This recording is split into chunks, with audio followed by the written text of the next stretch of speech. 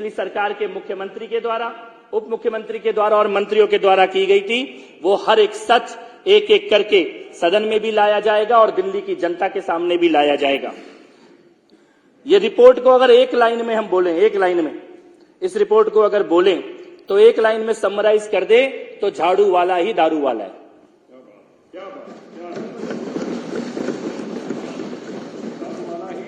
दारू वाला है, झाड़ू पूरी।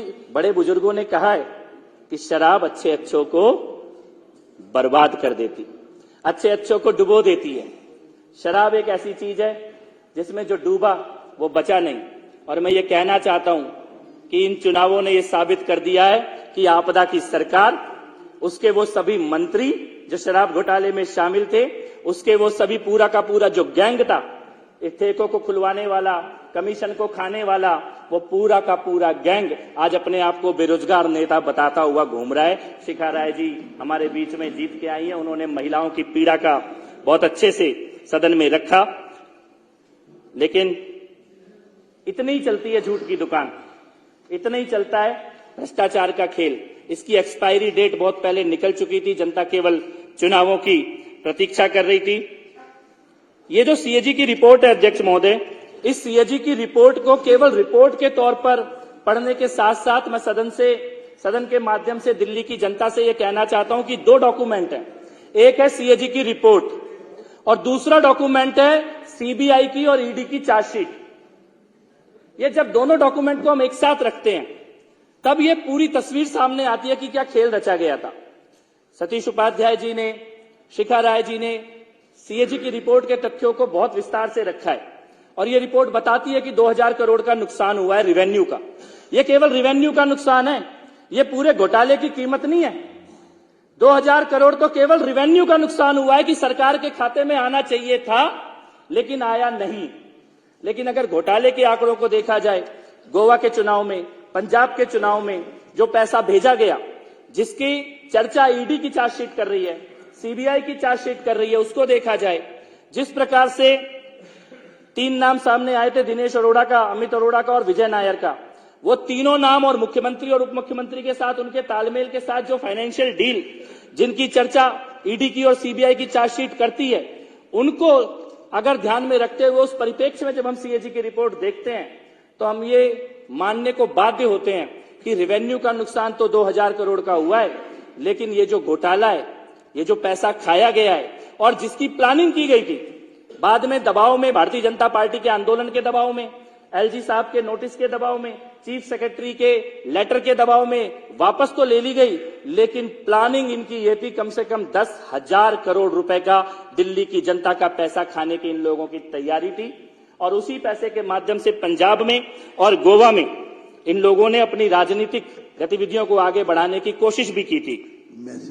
मैं यहाँ पे अध्यक्ष महोदय ये बात कहना चाहता हूं कि सदन की ये दीवारें, जहां पे आज 280 पे चर्चा हुई, 10 साल सदन की ये दीवारें तरस गई कि दिल्ली के मुद्दों पे कभी कोई चर्चा हो, दिल्ली के किसी विषय पे कभी कोई चर्चा हो। और ऐसी ही सीएजी की एक रिपोर्ट को अपने हाथ में उठाकर पिछली सरकार के मुख्यमंत्री और उनके बाकी नेता ऐसी ही एक सीएजी की रिपोर्ट को हाथ में लेकर दिल्ली की राजनीति में प्रवेश किया था। चौहान साहब यहाँ बैठे हैं, लवली जी यहाँ पर बैठे हैं, आप लोग प्रत्यक्ष गवाह हैं। तब जो सत्ता थी उसका एक हिस्सा आप थे, लेकिन तब जो आंदोलन हो रहा था वो ऐसी ही एक सीएजी की रिपोर्ट के आधार पर ही हो रहा था।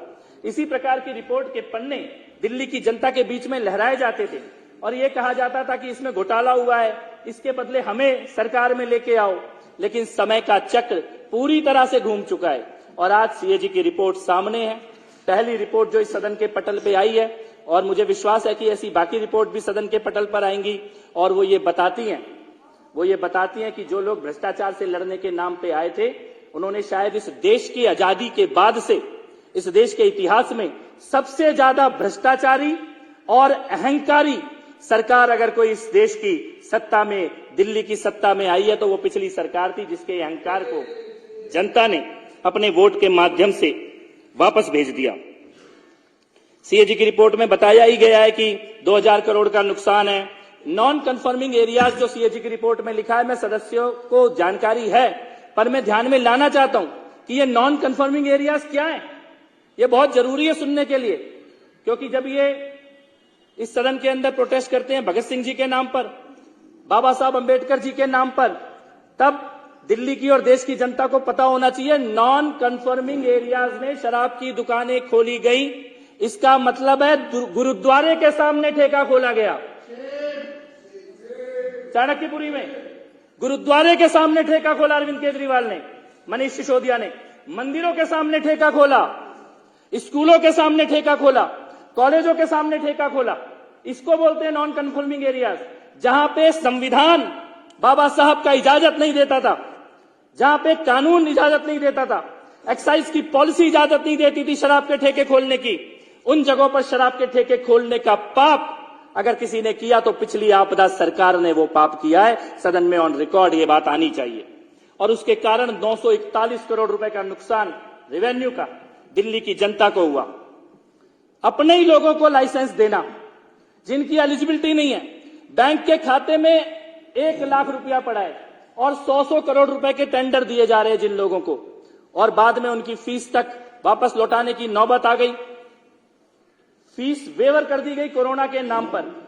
अध्यक्ष महोदय, ये बात ध्यान देने योग्य है कि ये घोटाला तो एक पाप होता ही है, लेकिन उसकी टाइमिंग जिसकी तरफ ध्यान दिलाया गया इस सदन में, कोरोना का वो काल जब देश में हर कोई केवल ये सोच रहा था कि कैसे किसी की मदद की जाए। हमारे आदरणीय प्रधानमंत्री जी किस प्रकार से वैक्सीन की व्यवस्था हो, अस्पतालों की व्यवस्था हो, राशन की व्यवस्था हो, यह सुनिश्चित करने में लगे थे। गृह मंत्री जी स्वयं दिल्ली में जगह जगह जाकर टेम्परेरी हॉस्पिटल बने, बेड की व्यवस्था हो, ऑक्सीजन की व्यवस्था हो, उसके लिए देश के गृह मंत्री स्वयं दौरे कर रहे थे दिल्ली के अंदर। कार्यकर्ताओं के तौर पर भी, राजनीतिक पार्टी के तौर पर भी, समाज सेवी संगठनों के तौर पर भी, एनजीओ के लोग, आरडब्ल्यूए के लोग, सभी लोग सड़कों पर उतरे हुए थे। किसी तरह से भोजन की व्यवस्था हो, दवाई की व्यवस्था हो, ऑक्सीजन की व्यवस्था हो, सिलेंडर की व्यवस्था हो, सबकी चिंता यही थी। दिल्ली की माताएं और बहनें अपने घर में दिया भी जलाती थी तो रोज जगदम्बा से केवल इतनी प्रार्थना करती थी कि हे जगदम्बा, मेरे परिवार की रक्षा करना, मेरे देश की रक्षा करना। वो संकट काल कोरोना का, उस संकट काल में दिल्ली का भूतपूर्व मुख्यमंत्री और उप मुख्यमंत्री क्या कर रहे थे? उस संकट काल में दिल्ली के मुख्यमंत्री के घर में शराब के दलालों की मीटिंग चल रही थी। यह ईडी की चार्जशीट में लिखा हुआ है, सीएजी की रिपोर्ट में लिखा हुआ है। जिस समय इन्हें दवाइयों की व्यवस्था करनी थी, और खासतौर पे जो उत्तर प्रदेश से, बिहार से, उत्तराखंड से जो लोग आते हैं, दिल्ली भूली नहीं है। हमारी बस्तियों में अध्यक्ष महोदय लाउड स्पीकर से रात को 12 बजे ऐलान कराया गया कि आनंद विहार में बसें खड़ी हैं, आपको आपके घर तक छोड़ के आएंगी। लाखों लोगों को आनंद विहार में डीटीसी की बसों के द्वारा पहुंचा दिया गया और वहां पे पीने के पानी तक की सुविधा नहीं थी, घर पहुंचाने की कोई बस नहीं थी। हजारों लाखों लोगों के नरसंहार की साजिश कोरोना के काल में इस सरकार ने रची कि एक तरफ नरसंहार होता रहे, देश का ध्यान कोरोना में चलता रहे, और दूसरी तरफ ये पर्दे के पीछे दो पाप करें, शराब के घोटाले की नीति लेकर आए और अपने शीश महल को बनवाने की साजिश करे। ये दोनों पाप कोरोना के काल में दिल्ली की पिछली सरकार ने किए थे। ये दोनों पाप कोरोना के काल में किए गए थे। ये अपराध कई गुना बढ़ जाता है जब इसकी टाइमिंग को ध्यान से देखा जाता है। इनको लगा कि कोरोना का काल है, सब अपने अपने सुरक्षा में, व्यवस्था में व्यस्त हैं, कोई शराब के घोटाले की तरफ ध्यान नहीं देगा। मैं ये कहना चाहता हूं अध्यक्ष महोदय, सीएजी की रिपोर्ट में जो डिटेल है उससे आगे बढ़ते हुए अगर हम चीफ सेक्रेटरी का लेटर देखें जिसका जिक्र ईडी की चार्जशीट में है, सीबीआई की चार्जशीट में है, सदन में ऑन रिकॉर्ड ये बात आनी चाहिए क्योंकि पिछली सरकार में इन्होंने इसके संबंध में चर्चा नहीं करने दी।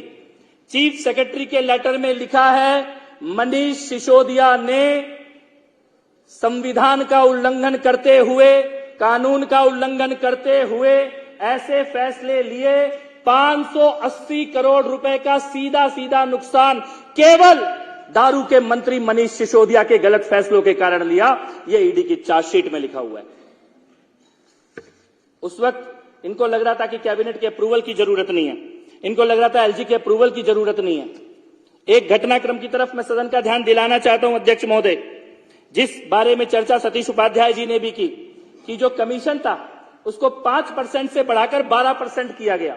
यह सीएजी की रिपोर्ट कहती है।